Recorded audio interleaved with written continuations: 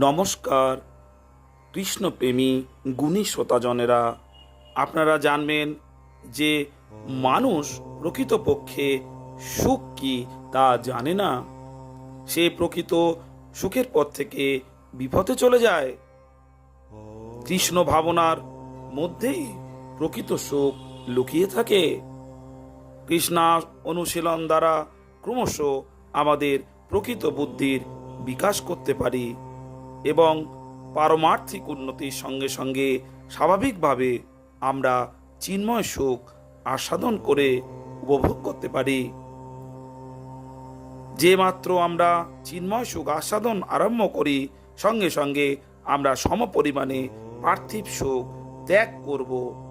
যখন আমরা পরম তত্ত্ব উপলব্ধির পথে অগ্রসর হব, স্বাভাবিকভাবে মিথ্যা সুখের প্রতি আমাদের বৈরাগ্য আসবে। যে কোনো উপায়ই হোক, কেউ যদি একবার কৃষ্ণ ভক্তির স্তরে উন্নতি লাভ করে, তার ফল কি হবে জানেন?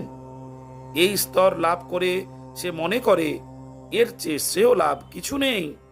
এই স্তরে অবস্থিত হয়ে কেউ কখনো এমনকি ঘোরতম বিপদেও বিচলিত হন না। যখন এই স্তর লাভ হয়, তখন অন্যান্য প্রাপ্তি সকল নিতান্ত তুচ্ছ মনে হয়। এই ভৌতিক জগতে কত রকমের বস্তুই আমরা অর্জনের চেষ্টা করছি, অর্থ, নারী, যশ, সৌন্দর্য, জ্ঞান ইত্যাদি। কিন্তু যে মাত্র আমরা কৃষ্ণ ভাবনায় অধিষ্ঠিত হই, তখন আমরা ভাবি, ও এ অপেক্ষা আর কোনো প্রাপ্তি শ্রেয় নয়। কৃষ্ণ ভাবনামৃত এতই শক্তিশালী যে এর সামান্যতম আস্বাদন করে একজন ঘোরতম বিপদ থেকে রক্ষা পেতে পারে।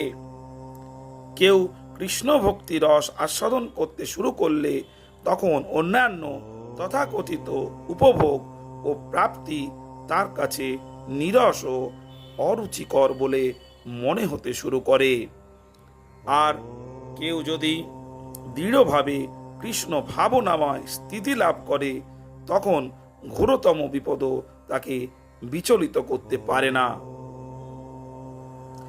জীবন কত বিপদ সংকুল, কারণ ভৌতিক জগৎটাই একটা বিপজ্জনক স্থান।